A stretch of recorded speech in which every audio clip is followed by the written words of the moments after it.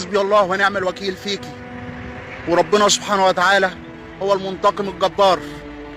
حسبي الله ونعم الوكيل فيكي، ربنا سبحانه وتعالى هو المنتقم الجبار. دي آخر كلمات الأستاذ أحمد المدرس بتاع الفيوم اللي أنهى حياته على البث المباشر بعد تناول حبوب الغلة اللي حضراتكم عارفينها. الراجل أنهى حياته على البث المباشر وقال إنه عاش 15 سنة في نكد مع زوجة نكدية اسمها هبة، ودعا عليها وحسب عليها على المباشر. الست وصلت الراجل انه ينهي حياته. الراجل انهى الجدل اللي كان ممكن يحصل لو ما طلعش وما اتكلمش. الراجل قال ان اللي انا موجود فيه ده او الحاله اللي انا وصلت لها دي بسبب مراتي، مش بسبب ضائقه ماديه خالص. الراجل ميسور الحال وظروفه كويسه، لكن واضح ان الست من كتر النكد والضغط النفسي والعصبي اللي وصلته ليه وصلته الحاله زي دي.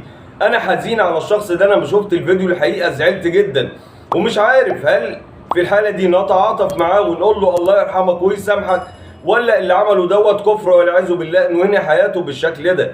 الست وصلته لايه؟ الراجل بيحكي وبيقول انها خلت اولاده يكرهوه، بتكره اولاده فيه. ودي مش حاله هبه وبس والاستاذ احمد وبس، لان للاسف الحالات اللي زي دي بنشوفها كتير قوي.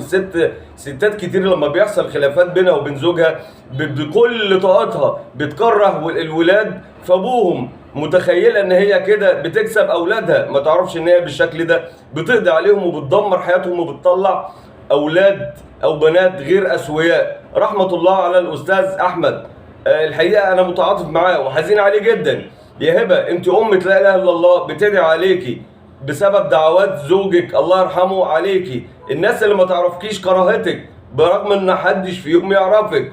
بسؤال الجيران عن الاستاذ احمد، الناس كلها بتقول انه شخص محترم وانسان كان طبيعي وكان سوي، لكن الفتره الاخيره وبسبب الخلافات الزوجيه اللي بينه وبين الست هبه الراجل وصل للمرحله دي. الله يرحمه ويسامحه. بس انا شايف ان كان في حلول تانية غير اللي هو عملها، انه ينهي حياته بالشكل ده مش حل. كان ممكن يا جماعه ينهي الحياه اللي ما بينهم. يعني فكره ان الاولاد هم اللي بيربطونا ببعض دي فكره غلط. ماشي، الزوجه اوقات بتستحمل كتير علشان خاطر اولادها، الراجل او الزوج هو كمان اوقات كتير بيستحمل علشان خاطر اولاده، لكن لما تكون النهايه بالشكل ده لا، كان الانفصال افضل. انت يا ست يا هبه يا اللي منكده على الراجل ووصلتيه المرحله دي، لو انت مش مرتاحه معاه كنت تقدري تطلبي الطلاق او ترفع قضيه خلع وتخلصي لو انت مش عايزاه.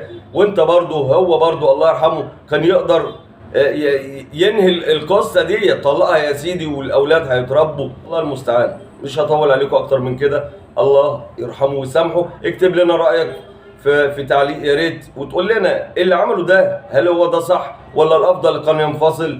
في النهايه انا شخصيا بدعي له ربنا يغفر له ويسامحه وينتقم من كل ظالم ومن كل شخص ممكن يوصل انسان للمرحله اللي الاستاذ احمد مدرس الفيوم وصل لها. وعلى وعد ان شاء الله في فيديو جديد، والسلام عليكم ورحمه الله وبركاته.